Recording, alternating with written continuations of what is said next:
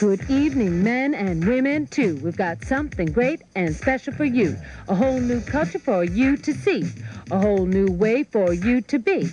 Hip-hop is it, and it can't be beat. And it all started right here in the street. Break is the dance, graffiti's the art. Rapping's the music comes straight from the heart. So come on along and take a look, 'cause you won't find hip-hop in any book. The word hip-hop came from one of the early rappers who, in his rap, would say hip hop, a hip the hop, hippie hippie hop, you don't stop, etc.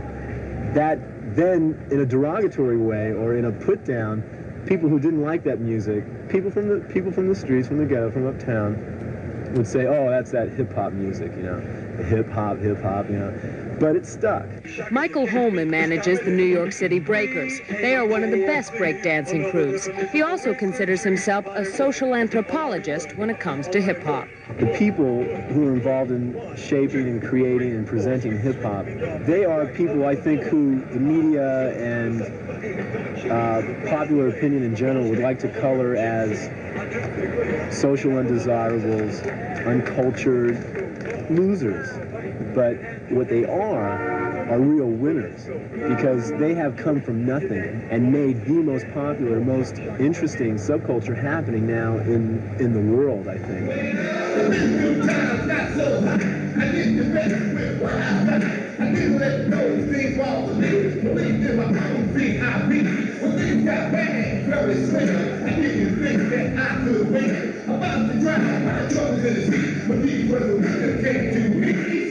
Hip-hop culture is based on music, with disc jockeys as the new musicians. Clubs like Disco Fever in the South Bronx gave the DJs their chance to perfect the art of rapping.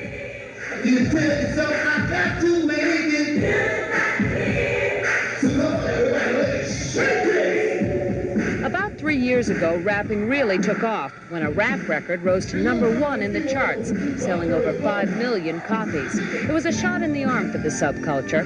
Particular fashion started to sprout, as well as certain kinds of dance. Rap became accepted into the music scene. Open up your mind, let your body unwind and cook in my disco kettle. But if you ever make it to #1, don't you dare forget where you came from. Let the people see you set an example. Too wise to let the government pamper your mind with words that had no meaning because you didn't forget. Seeing was believing, and making it in this world is hard for little boys and girls because the man's got a master plan. He'll shuffle some drugs into a poor man's hands, who passes it on to sisters and brothers who steal from their own doggone mothers, just to satisfy the Jones oh so restless in their bones. I just felt the need to take the time to politically activate your mind. Phase 2's been with hip-hop from the start, both as a rapper and as a graffiti artist, and he thinks that there's an important new forum here. The basic thing about rap is that people can understand it. It's not just jibber jabber, but people can say, hey, 2 years ago, a friend of mine told me, just like reading a book.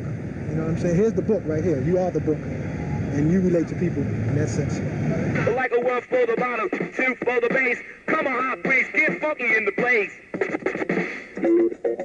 The music underneath rapping is called scratching, and it's a process of using 2 turntables and a mixer, making new sounds out of already existing albums. It started when kids tried to imitate what they were hearing on the radio, which was an edited compilation of different breaks in popular songs. Well, the kids thought the disc jockeys were doing this live, and by trying to imitate it, they created a brand new sound. It's the music for breakdancing, which has become the most famous aspect of hip-hop since the movie Flashdance. The New York City Breakers are a crew who have performed on TV and recently in films. This new form of dance has radically changed the lives of these young men. I feel like a superstar. Breaking to me is to prove to the world that the ghetto ain't just a waste of time, that we got something good too. Hip-hop's even developed its own slang, which is so difficult to understand, we asked Michael Holman to translate. Yo, Glide, chill. Hey, Breaker, relax. And I will sizzle fry all those kids out there. I'm going to outdo all of you. This is the flyest female out here. You're the prettiest girl out here. Where am I? I'm down with the crew, too. She says hello to Mother, and she's with the Breakers. The visual backdrop for hip-hop is graffiti. It took this artist, 17-year-old Brim, over 12 hours to complete this wall. I was good in art in school, but the art in school isn't the same as, the art behind me. It's boring to me. This is exciting. And living in New York City, you know, it's like having no identification, you know, no identity. And this is like my sort of Tom Sawyer, you know, having an adventure in the city. Graffiti is entering the mainstream art scene. A number of New York galleries have graffiti exhibits, with canvases selling for $2,000 to $10,000 each. So it seems that established artists, musicians, and dancers are incorporating aspects of this street culture into their own work, which could smack of exploitation. It's such a strong and pure and powerful subculture that it will dictate the commerciality of it. It will dictate how it is exploited.